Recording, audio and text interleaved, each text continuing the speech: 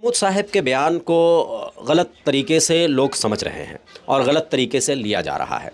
सबसे पहले जो लोग कट्टरपंथी कह रहे हैं और जो लोग इस मुल्क को ये कह रहे हैं कि वो इस्लामिक हुकूमत लाना चाहते हैं, तो महमूद साहब के हिस्ट्री को देखें। हज़रत मौलाना महमूद मदनी साहब उस खानवादे से ताल्लुक़ रखते हैं कि जिनके दादा ने इस देश के लिए कुर्बानी दी है, इस देश के लिए रेसिस्ट किया है, इस देश के लिए जद्दोजहद किया है। तो वैसे ख़ानदान को के लोगों को ये कहना कि वो ये क्या बोलते हैं कट्टरपंथी है, तो ये उनका एस्पेक्ट एस्पेक्ट है, अपना चश्मा है, वो जो भी कहें, लेकिन ऐसा नहीं है।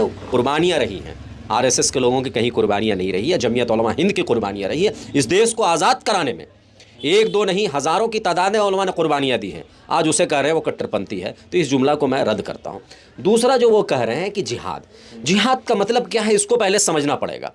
जिहाद के तो मतलब को इन्होंने इस लेवल तक चला दिया है कि थूक फेंकने को जिहाद कह दिया है, इन्होंने लव को जिहाद कह दिया है। मतलब किसी एक चीज़ से किसी को जोड़ करके जिहाद के मतलब को समझे। जिहाद जद्दोजहद, रेसिस्ट करना, इसको जिहाद कहते हैं।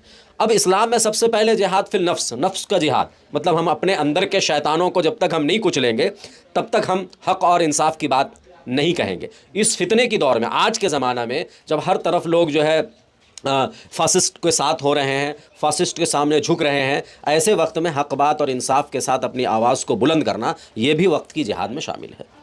तो उनका ये जुमले को तोड़ मड़ोड़ कर पेश किया जा रहा है और गोदी मीडिया इसको एक नैरेटिव बना रहा है, जबकि आरएसएस और बीजेपी के लोग बहुत कुछ कह जाते हैं, उसमें कोई बात नहीं की जाती। इस मुल्क को, हिंदुस्तान को हिंदुस्तान बनाने में अगर देखा जाए तो जमीयत उलमा हिंद का अहम किरदार रहा है। ये तारीख़ में उठाकर देख ले। यही मोहनदास करमचंद गांधी को इस मुल्क में पहचान दिलाने वाले जमीयत उलमा हिंद है और यही महमूद मदनी साहब का खानवादा है।